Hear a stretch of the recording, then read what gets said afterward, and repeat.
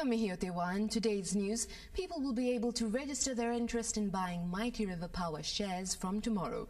Cabinet has allowed the SOE to be put up for sale partially, and the Prime Minister says while people have about 3 weeks to register, it won't bind them into buying. Mr. John Key says offers will be made in mid-April. Ministers then make share pricing and allocation decisions. We then expect that Mighty River Power will list on the share market. Tomorrow also sees the start of a mass advertising campaign for the sale, for which the government has budgeted around $1.1 million. Though if the level of pre-registration is very strong, that may be dialed back.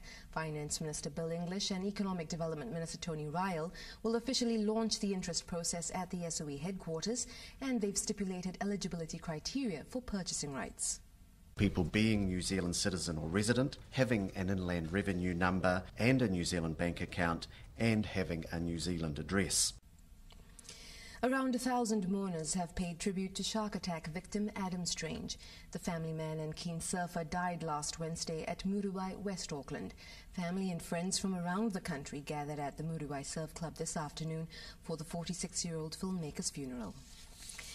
The Defence Force is disappointed at the publication of an article about a Kiwi soldier's suicide in Afghanistan, despite a coroner's ruling to suppress the information. But public law specialist Nikolai Anderson suggests it's possible the article didn't break the rules because Section 71 of the Coroner's Act only covers deaths that occur in New Zealand. There are certain extensions to that related to overseas deaths where they've occurred from a New Zealand-based ship or aircraft. The United Nations wants New Zealand to ban racial hatred on the internet. Last year, the government announced reforms targeting cyberbullying, but the UN Committee on the Elimination of Racial Discrimination says the country needs a legislative strategy to combat racial attacks in cyberspace.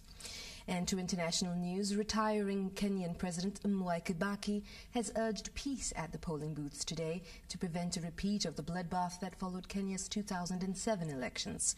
The two leading presidential candidates, including Prime Minister Raila Odinga, both predict victory in the first round of voting. If no candidate wins more than 50% of the vote, the race will go to a second-round runoff. The U.S. is to provide Egypt with $190 million in financial aid immediately as part of a $450 million package announced by Secretary of State John Kerry. It follows yesterday's meeting with Egyptian President Mohamed Morsi, who reiterated his commitment to political reform and securing an IMF loan. The two men also discussed the Syria conflict, relations with Iran, and Egypt's continued support of its peace treaty with Israel.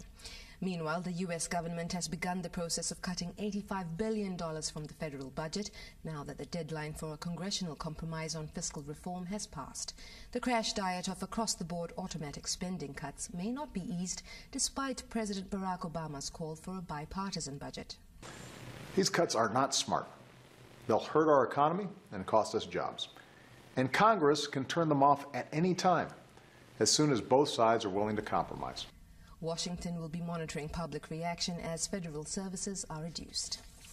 And finally, Ironman New Zealand's new record-breaking champion admits he is addicted to the event. Bevan Doherty won the grueling race at his first attempt in Taupo at the weekend and says while it was harder than anything else he's done, he wants more. He was in second place when he emerged from the swim, then took the lead during the 180-kilometre cycle stage and ended up smashing the record by nearly 3 minutes. Meanwhile, the leading ladies are gunning for top place at Ironman Melbourne in 3 weeks. American Meredith Kessler won the women's race for the second consecutive time, followed across the finish line 13 minutes later by Kiwi Gina Crawford.